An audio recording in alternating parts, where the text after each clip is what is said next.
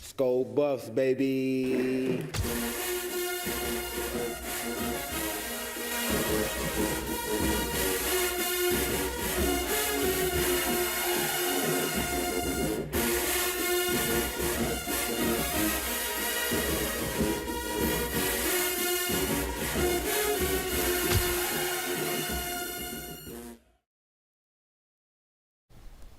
Welcome back on into another edition of SBS Basketball Live alongside Leo Rivera, Harrison Simeon, and Lincoln Roach. I'm your host, Shane Holcomb. Tad Boyle and J.R. Payne's squad had good weeks last week, highlighted though on Sunday as the women's team took down number 14 TCU 80-79 in a nail-biter, Harrison. We'll get into that game a little bit later as well in our film breakdown. What was your first reaction from their second ranked win of the season? It was a lifeline for the March Madness chances. It was a huge, huge win, one of their best they've had in a long time considering the stakes. Not their highest ranked win is only since last season against number 10 Kansas State, but in terms of importance, this was one of their most important wins in a long time, specifically because of how well they played offensively.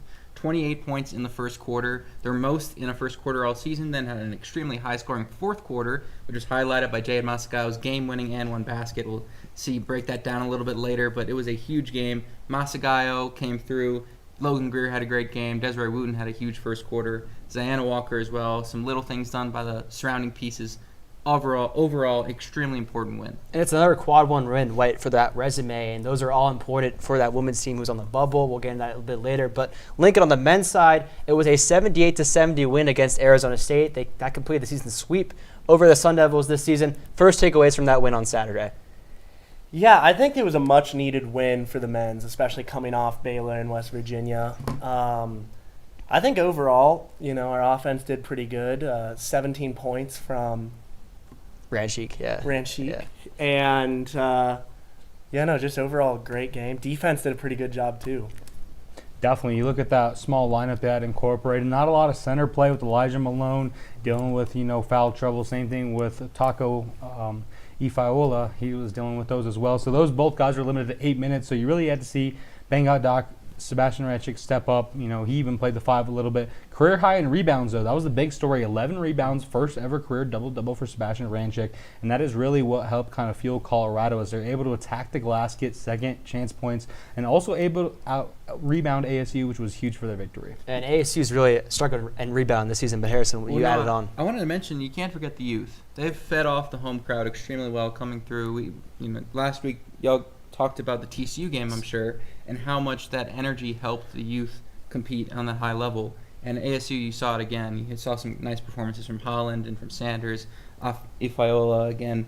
But, yeah, the youth, I think, has really impressed me these last several weeks. And you're seeing they're playing better at home, right? And we're going to talk about their road struggles right now, both the men's and the women's team. But, Leo, I hand this one over to you first. The men went on the road. Lincoln referred to this a little bit earlier, but they just got absolutely smacked by Baylor. They never really stood a chance in that game. What do you think went wrong against the Bears? They just got blown out just to start off the game, obviously. It was a very bad start for Colorado, and from that point on, they were just never able to catch up. Kind of like a pattern that's shown in some of these road games, unfortunately, throughout the season.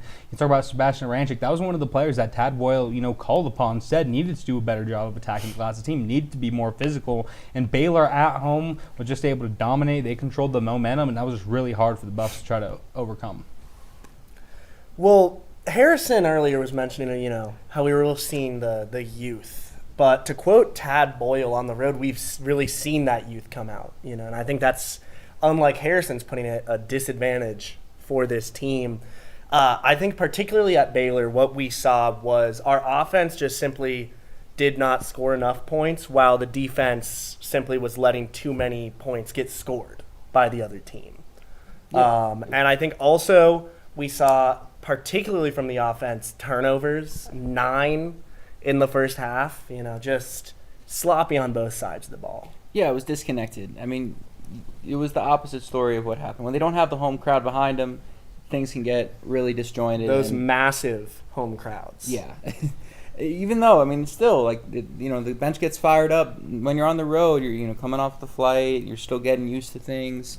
It's tougher on those youth players, those freshmen in particular, that aren't as experienced against those hostile environments. So It's going to be interesting to see how they develop. But, I mean, Colorado's always been a different team on the road as they are at home. We'll talk about Texas Tech in a minute and maybe touch on that. But they haven't won a road game against a ranked team, I believe, since they were back in the Big 12, or maybe it was 2013 against UCLA. It's been a long time.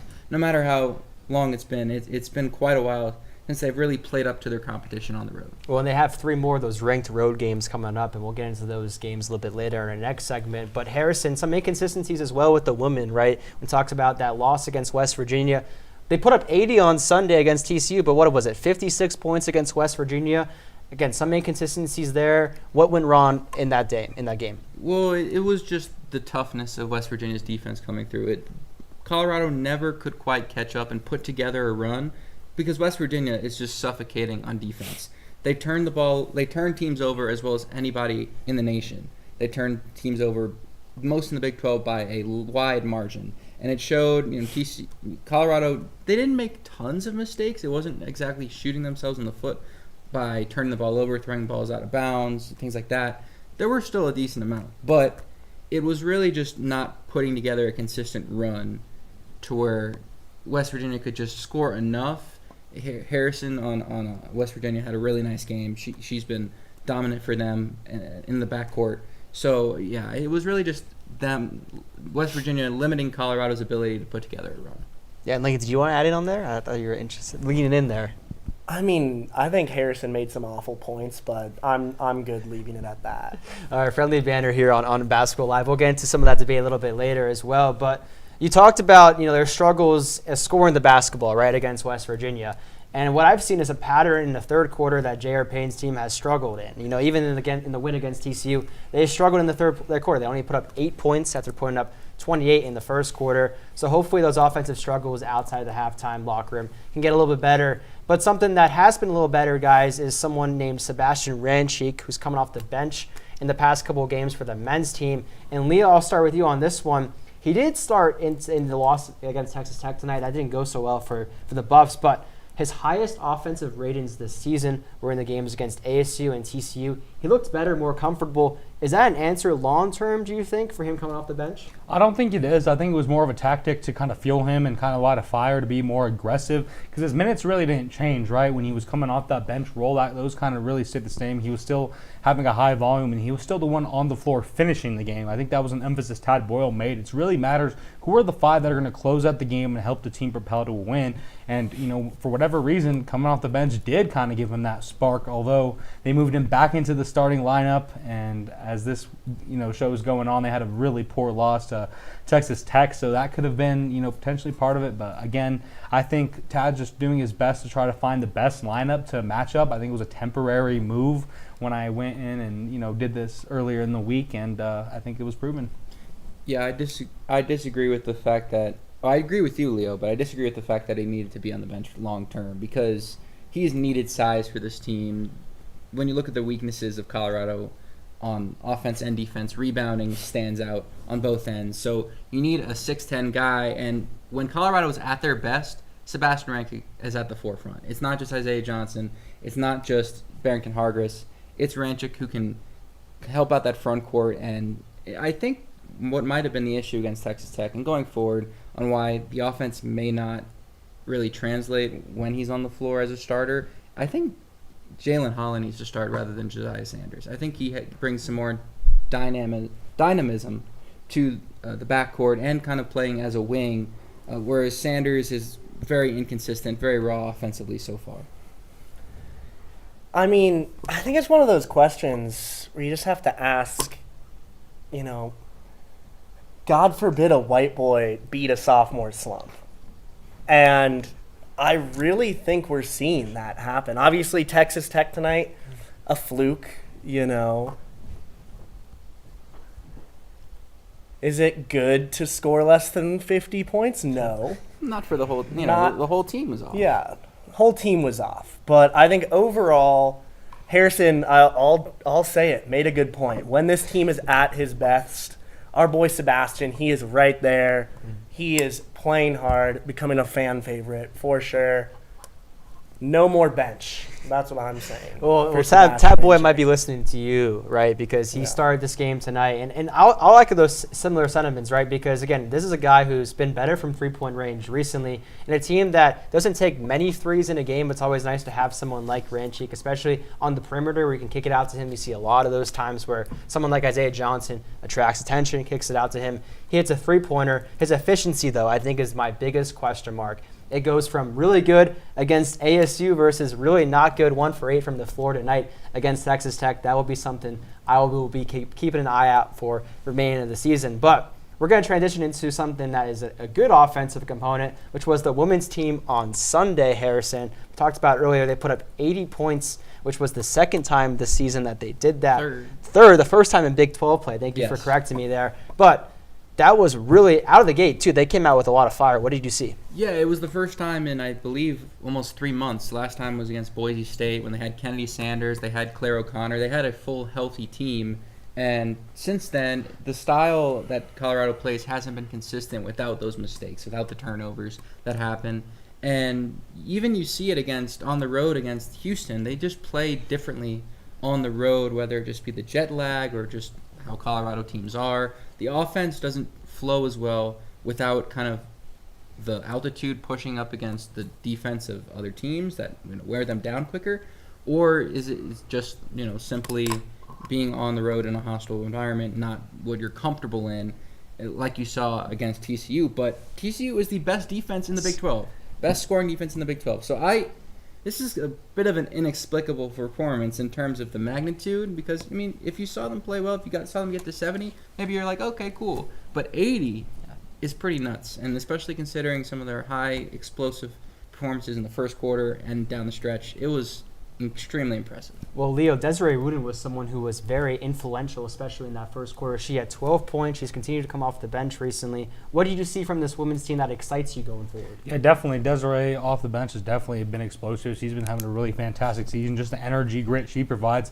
But I think the big thing that stood out to me in this game was Jade Masagayo. She's been kind of the woman that's Colorado's been waiting for to get going, to get that offense really dropping and having a season high night was definitely what the team had ordered, and I think that was what helped propel them moving forward. And I think you're going to need not only her, but a lot of these other ladies as well to step up and continue providing that consistent scoring. You can't turn the ball over. That's been one thing that's hurting them. I think when you keep the ball in your possession, it helps you put up those 80 points. Look, I think with just how much of a seismic, impressive game we saw on Sunday, there's got to be a massive it factor. They must have been far, far away. I'm talking Hershey, Pennsylvania, hanging out with Shane's mom, Erin Holcomb, for a bit. I'm sure Erin is very hospitable. I bet she makes an incredible home-cooked meal. So, of course, they were probably wanting to hang out, enjoy their time in Hershey. Probably went and saw the factory. Went to Hersheyville? Or the carnival and everything? Yeah, probably. But I think Sunday what we saw especially was they packed their bags, they came back, and they put on a performance. Why? Because they knew Scott and Sandy Simeon were in the crowd. They knew they were enjoying $3 beers before the game, and they needed to give them a show. And that's, I think, the it factor. Well, I think you have to give it to the crowd and who was in attendance. Yeah, they knew who they were playing for.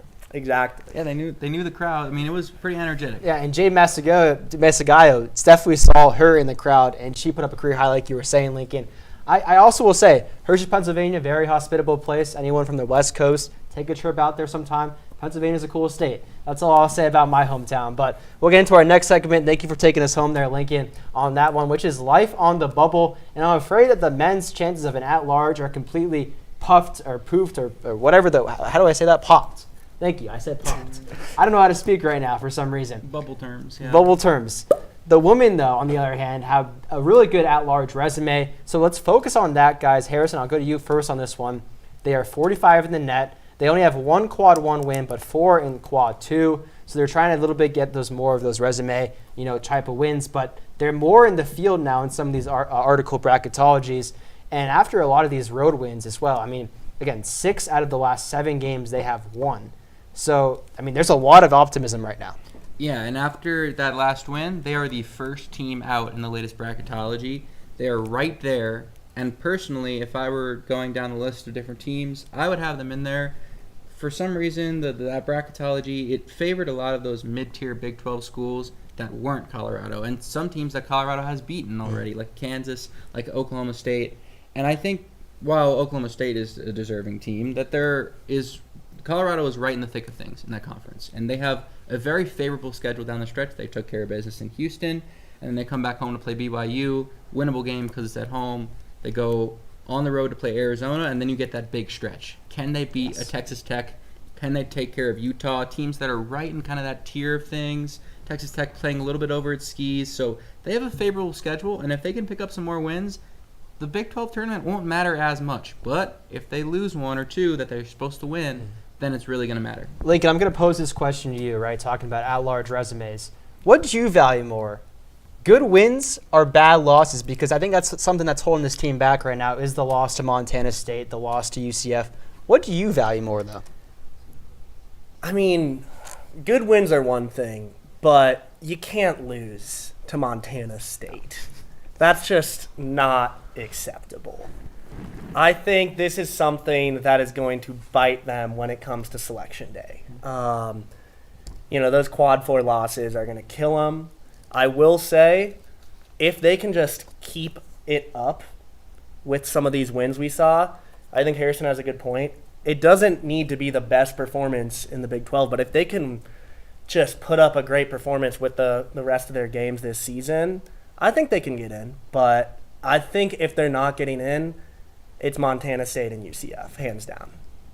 I'll play a little bit of devil's advocate here and say the wins do matter. Obviously, you saw the performances recently against TCU, and you look at this team at their best. That's what you want to compare them to, right? When you go to this tournament, all bets are off the table. It's a completely new season. It's a fresh start, and this Colorado team is showing as of late they've been starting to get hot. They've been putting performances together. I think it really does matter who they go out and beat, and if they go down the stretch and into this Big 12 tournament and they have a signature win that could really propel them, I think that's notable, and you have to take it into account. Well, I think something that's helping this team right now too, Harrison, I want to get your final thoughts on this before we move on to the next topic, is the fact that those bad losses came pretty early in the season, right? Yeah. So they're a little bit in the rearview mirror. It's been a while since And Montana State. also that game isn't a quad 4 loss right now, so that's good. Oh yeah, Montana They're State playing pretty well. is been a perennially good team. It was one of the tougher teams that CU invites to those home non-conference games, and it was by 1 point on a game-winning layup with a few seconds left. Yeah, well, guys, something that isn't so hot right now is the men's schedule because they are looking at a lot of tough opponents.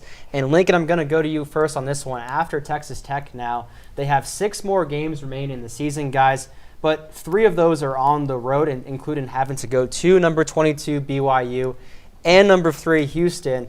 So, Lincoln, I want to ask you, what record do you see this men's team coming away going into the Big 12 tournament? Yeah. Look, I have faith in Tad Boyle. I love Tad Boyle.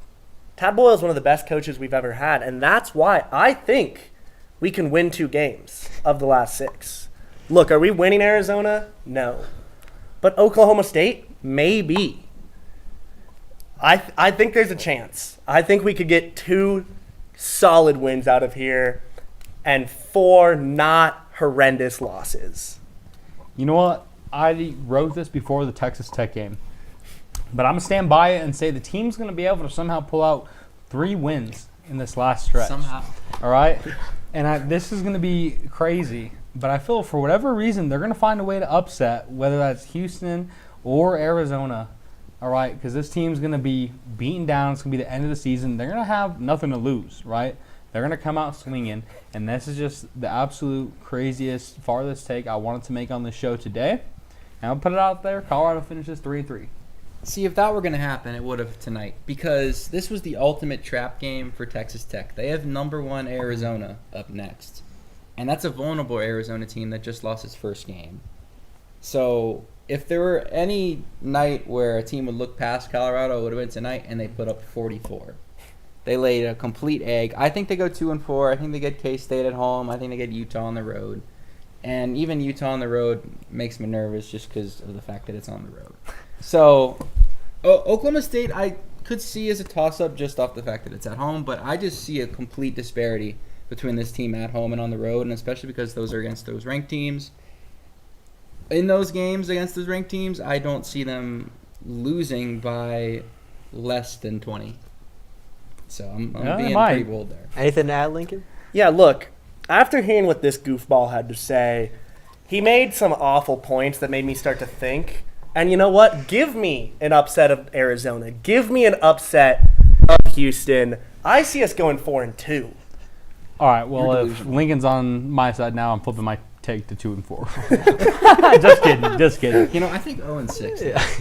Well, regardless, right? I mean, there is some winnable games on there. You talked about hosting Oklahoma State, hosting Kansas State. Those are types of games that CU has won recently, right? The TCU win at home. You know, we look at the Arizona State game. They have been very good at the CU Event Center this season, but that stretch of BYU and Houston on the road these next week and a half, I mean, that we might be talking about some tough talking points for the men's team, but someone that could be a contender when it comes to Big 12 tournament time is the women's side. Harrison, they are now 8-5 in the conference, 5th in the standings, but the all-important factor is if you are top 4, you get a double bye in this conference tournament, and that could be huge for them. Yeah, they need it, and it's such a tight conference. I think half of the conference is within 3 games of first place, or something very tight like that, at least as of Sunday. So it's up for grabs. They still have very much a chance of finishing in the top 4. At the same time, they still could drop some and wind up in the 9 through 16 bracket where they're having to play, go the long way and having to play every game possible. So they have a chance in the tournament. I think that's definitely certain. I think they can play with anybody in the conference. They showed it against the best team. They played Baylor, who's currently in first place, and they played them really hard on the road. So in a neutral site, that'll be different. I think they very much have a chance, but at the same time, I've said this and thought it over and over, tried to find a way how to put it. This team can play with anybody, or they can play against themselves any day. This guy over here, he's holding his horses. Horse holder.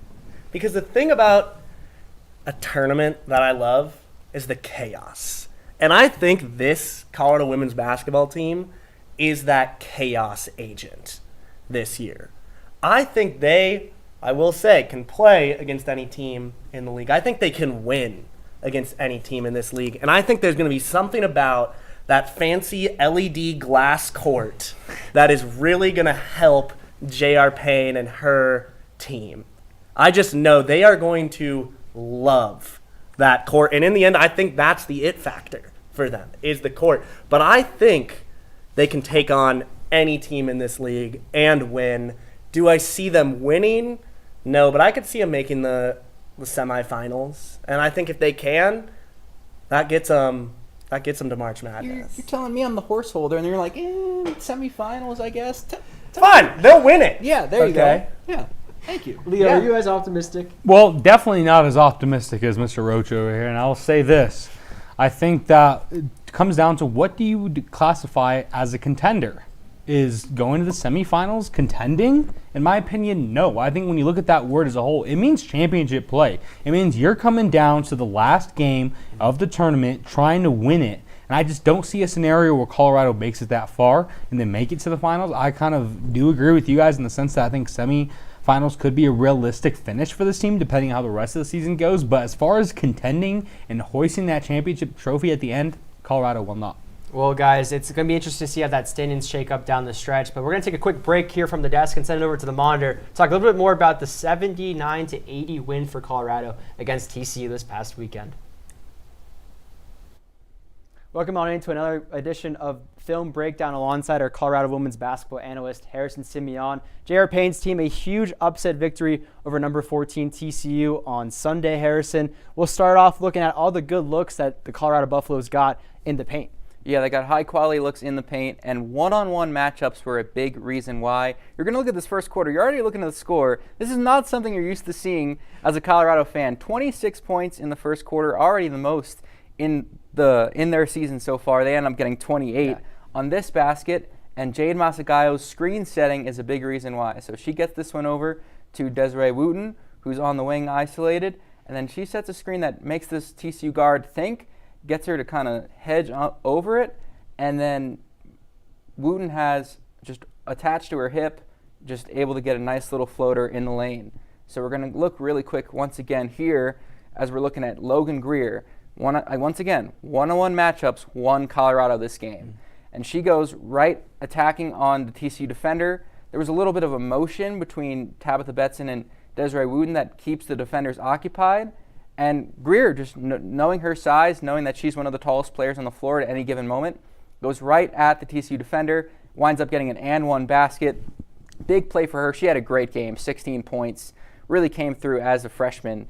And we're going to look really quick. We're going to look at a TCU highlight real quick because it wasn't easy for Colorado to get this win. Yeah, and again, you talk about one-on-one matchups being key for Colorado. They had 34 points in the paint in this one, Harrison. They ended up scoring 80. It was a big reason why. I mean, their game-winning basket was at the block, a layup and one from Jade Masigayo. But what did TCU do so effectively, especially here in the third quarter? Yeah, you're going to look at Marta Suarez right here for TCU. She had 20 points, really great presence for TCU on the inside. And her off the dribble was the big reason why. She can shoot, she has a handle, and she can attack the basket. And she goes right at Tabitha Betson right here and gets Jade Masigayo second guessing herself on the inside where she has kind of this lane. Jade Masigayo could come and help, but just the speed of the TCU player right here, Suarez just going right at it, getting in the end one, just so great with her left hand. As a left-handed player, it's hard to guard a player that can just go to her left time after time, gets this little head fake on the fake pass. That's what gets Masigayo hesitating and winds up getting an N1 basket for TCU. But a big reason why Colorado was able to come through down the stretch was Marta Suarez fouling out. And that's right. And you saw TCU's size play a factor in this game, Harrison. But before we move on to this next clip, I don't know if I've ever seen as many and one baskets in a single game before. We just saw one there from TCU. Again, a big one from Colorado down the stretch. But what goes into this possession? Because Colorado's trailing now, right? They're winning a lot of this game. Third quarter, they struggled a little bit, though. Right, but they're conscious of that. They're conscious of the whistle, of going at the basket, having that aggression that Colorado had against TCU is going to win them games in March. It's going to win them games in the Big 12 tournament. And you look right here, Marta Suarez right on Jade Masigayo. You kind of have a Dutat setting a Gortat screen on Olivia Miles here, allowing a little space for Masigayo to cut inside right on Suarez. Winds up drawing her fourth foul. She winds up fouling out later in that fourth quarter. And now you look at this, and you're panicking if you're Colorado right now. You're down by 8. 6 minutes left, 8 on the shot clock. Tabitha Betson just having to put up this three at the top of the key. It gets blocked, just goes to Masigayo. It's late in the shot clock, so she's just thinking, put this shot up. And only 4 players have scored for Colorado to this point. And she puts it up, but who comes through again? It's Anael Dutat doing the little things, getting that offensive board. Colorado gets to reset, and here she is in the corner. And one big reason why she's been a little bit limited in recent games is because she has those backdoor cuts that have been heavily defended by opponents in recent games. But this time they get Desiree Wooten on a little screen for her. She cuts inside, gets a nice and one basket to cut into the lead, get a big momentum boost for Colorado. And now, the moment we've all been waiting for. It's Jade Masigayo once again, one-on-one. They put some space over here. They just load up the near side. Dutat is able to get it into her, and she's able to go run right up to Kennedy Basham and to get the and one basket that won Colorado this game. That's right, and she sinks the free throw too. Overtime wasn't needed in this one, especially when Colorado scored. That was a very, very exciting finale to what was a really exciting game, back and forth all day. You talked about Dutat earlier, though, getting the offensive rebound. Guys, she leads the Big 12 in offensive rebounds per game. She has 4 per game in conference play. CU Women's gets another win against TCU on Sunday. They won again tonight against Houston. But for Harrison Simeon, I'm Shane Holcomb, sending you guys back to the desk. Thanks, Harrison, for joining me once again on this week's edition of Film Breakdown. But now, guys, it's our turn to turn to the weekend and have some predictions. On the men's side in the Big 12, there is a huge slate, starting off with number 9, Kansas, who's arguably the hottest team in the country right now. Goes to Ames, Iowa. Harrison, number 5, Iowa State, ain't too shabby themselves. Who you got? Is Darren Peterson playing? If he Question is, mark. If he is, pencil me in for the Cyclones, Iowa State. What else do they do in Ames? But if he doesn't play, I think Kansas has a legitimate shot. So I don't know. I think overall, Iowa State gets it done on their home floor. I mean, Lincoln, what do you get up to in Ames? We don't need to talk about that. It's one syllable. Oh, it's Ames. Ames. My bad. Ames, It's okay. and that's none of your business. It's a bit disrespectful to Iowa. My bad, guys. I Apologize. picked them to win. You did. Lincoln? Is that enough to make up for what you just did, though? I don't know. Look, I got 2 words for you, Shane Holcomb. Rock chalk. Next. You know what? I'm kind of agreeing with Harrison here. I think this one's kind of teetering. Obviously, Iowa State hasn't been as strong as late as they've proven, but Ames is a hard place to win regardless. Iowa State is a tough team at home. I think they're going to be able to find their rhythm and give a nice, clean win at home. Well, guys, Kansas beat Iowa State 84-63 in the meet-in last month. Obviously, that was in Kansas. Was It's it a different without story. Darren Peterson? I think it was with Darren Peterson. Oh. Yeah. Well, then I might have to rethink things. The graphic doesn't lie. I'm standing on it. I'm standing on it. Stand on business. I like it. Well, a bigger game, arguably, guys, because College Game Day thinks so, is going there, is number 16 Texas Tech, who just beat Colorado by 30 tonight. Jeez. Going to Arizona, who's coming off their first loss of the season. This one is in Tucson. Harrison, who you got? Well, like I talked about earlier, Texas Tech's game against Colorado tonight was a bit of a trap. They don't seem phased. I actually think that they're going to go into Arizona, and while Arizona still is number 1, I don't know if there's been They'll any be poll number since one. their loss. Yeah. I think they pull off the win. I think they do it. I think JT Toppin has enough skill. They haven't played Arizona this year, so we haven't seen how these teams match up. And even though it's in Arizona, I think that while the Wildcats are going to be trying to bounce back, I think Texas Tech pounces on them. Look, Tucson, not only is it a tough place to play, it is just a god-awful place to live, okay? I've been to Tucson. It's a horrible city. But unlike Harrison, I have some decency.